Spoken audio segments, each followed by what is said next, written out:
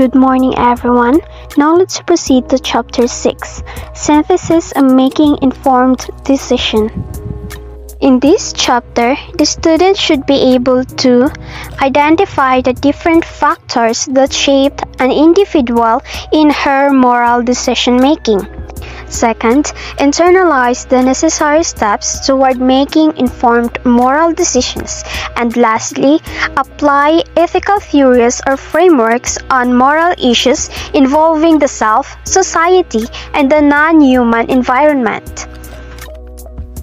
So, what is the value of a college-level class in ethics? We have been introduced to 4 major ethical theories or frameworks: utilitarianism, natural law ethics, Kantian deontology, and virtue ethics. None of them is definitive nor final. What then is the use of studying them?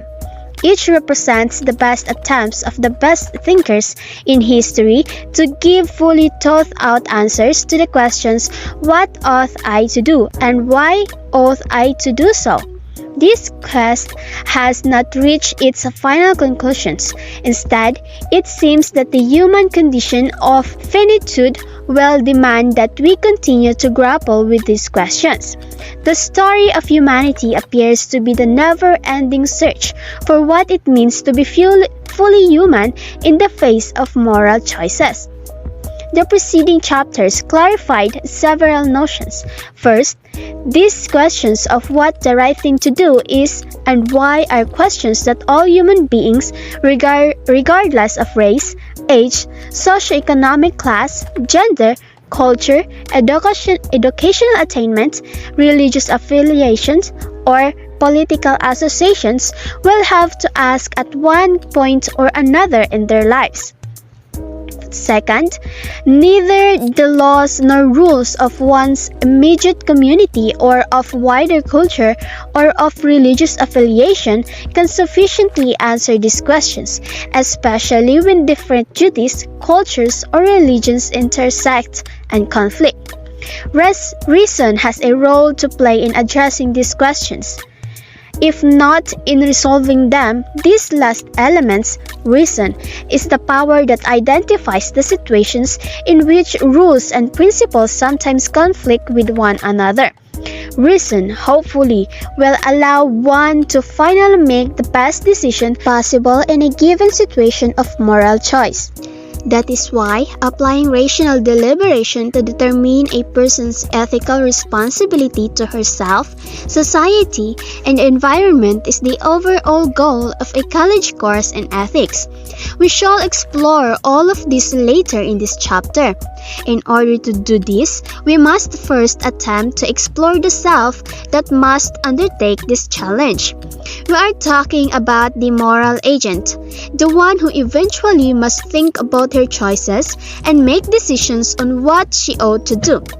We cannot simply assume that ethics is an activity that a purely rational creature engages in.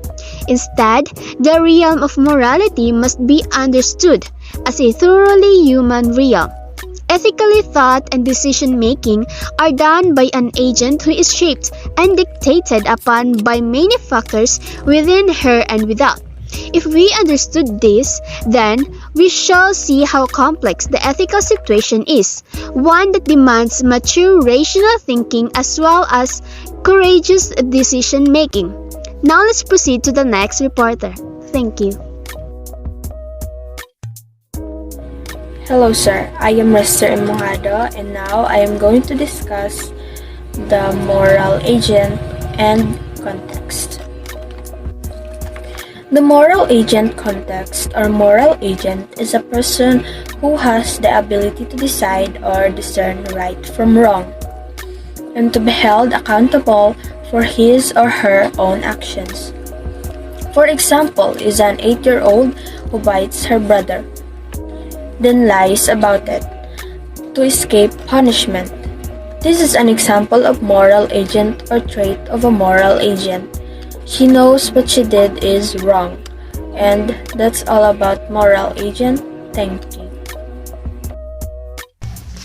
Good day everyone, I'm Rachel Probo. In today's video, I'm going to discuss the culture and ethics. common opinion many people had is that one's culture dictates what is right or wrong for an individual. According to St. Ambrose, when in Rome, do as the Romans do. This quote implies that one's culture is inescapable, that is, one has to look into the standards of her society to resolve all her ethical questions with finality. This time, let's talk about religion and ethics. So what is religion and ethics? Religion makes a claim about cosmology, social behavior, and proper treatment of others. And ethics is an universal decision-making tools that may be used by a person or any religious persuasion, including atheists. Some positive religious principles are also principles of ethics, such as adherence to truth, non-evidence, inclusive society, and etc.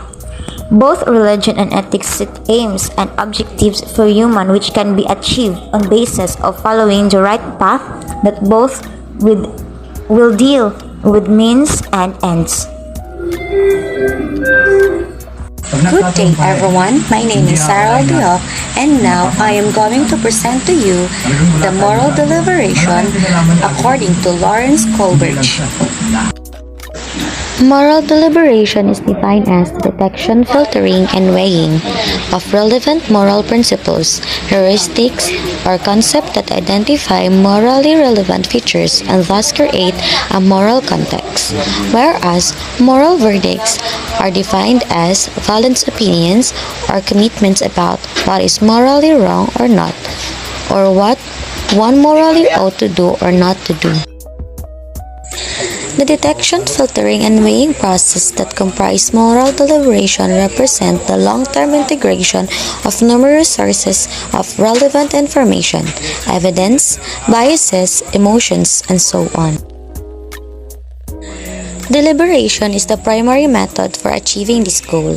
It obligates us to consider others, respecting their various beliefs and values and prompting them to provide reasons for their own points of view. For example, we know that a person lied is or will lie because we adhere to the moral principle that it is always wrong to lie. Lawrence Kohlberg was interested in discovering how humans develop their internal means of moral deliberation. He defined 6 stages of development, each corresponding to a specific age range. There are 3 levels of pre-conventional, conventional, and post-conventional ethical development. At the pre-conventional stage, rules are isolated and not considered as part of a larger whole. People do the right thing only to avoid punishment. The conventional stage is the internal version of the pre-conventional stage. At this stage, people do the right thing not to avoid external punishment but to fulfill an internal desire. We act only to satisfy our own interests. Post-conventional stage. This stage, which is the highest level of moral development, regards our desire to know why certain rules exist. In philosophy, it is called meta-ethics, which means setting out how we generate ethical rules. Good morning everyone. Good morning Sir Ian. I am Junilo P. Villejo and now I am going to discuss this topic, feelings and moral deliberation. According to Aristotle, emotions are an original and integral part of virtue ethics. Emotions are an inherent part of our moral reasoning and being, and therefore, they should be an inherent part of any moral deliberation. In an ethical dilemma, emotions or impulse might impede a rational judgment. A more realistic approach to decision-making is to recognize the crucial role that emotions play in an agent's decision-making process. Moral virtue, according to Aristotle, is more than simply recognizing the right thing to do. He believes that learning to manage one's feelings is crucial to developing one's character. Emotions like reason are an important aspect of what makes a person human. Emotions, in addition to rational thinking, influences the way we make moral judgment and decisions. Anxiety and empathy tend to make us less willing to sacrifice one to save many. Disgust and anger make us harsher judges and punisher of moral wrongdoing. For example, people often direct anger, disgust, or contempt at those who have acted unethically. This discourages others from behaving the same way. Positive emotions like gratitude and admiration, which people may feel when they see another acting like compassion or kindness, can prompt people to help others. Aristotle accepts that feelings cannot be set aside in favor of an illusory, purely intellectual acceptance of the good. He sees moral virtue as a matter of habitually managing one's feelings in the right manner. The responsible moral agent in a supposedly dispassionate moral decision maker is an unrealistic ideal. So that's all, everyone. Thank you.